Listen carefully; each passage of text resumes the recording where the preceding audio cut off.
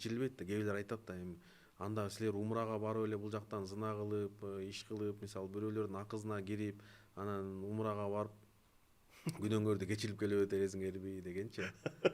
Ушундайлар да бар да. Ушу айтып атпаймынбы, кабаны бир 7 жол эмес, 700 жол чимирип таштасак дагы анын күнөөсү кечирилбейт. Анын өзүнүн шарттары бар да. Мисалы тоо кыла турган болсо, Аллах Таала айтат: канча күнөө менен келсең келгин, бирок адамдын акысы менен келбегин дейт да. Адамдын акысы, адамдын аброюна шек келтирип, адамдын кайбат. Акыретке барганда Аллах Таала бардык күнөөнү кечирет, адамдын акысына кирген күнөөнү кечирбейт деп атпайбы? Ошон үчүн пайгамбарыбыз айткан го: Каба, сага караганда бир мусулмандын каны, жаны, аброю, көңүлү өйдө турат. Бир мусулманды оорутканга караган, бир мусулмандын көңүлүн оорутканга караганда Кабаны талкалагандын күнөөсү жеңилирээк депчи. Көңүлү боюнча көп айтканда, ошон үчүн айткан экен да кыргызда: сен менин көңүлүмдү алсаң, мен сага өмүрүңдү бергенге дайынмын. Көңүлүмдү ооруттуң, жүрөгүмдү талкаладың, сөздөрүң жүрөгүмдү талкалады дейт. Эми сен дейт, өмүрүңдү берсең да менин көңүлүмдү ала албайсың дейт.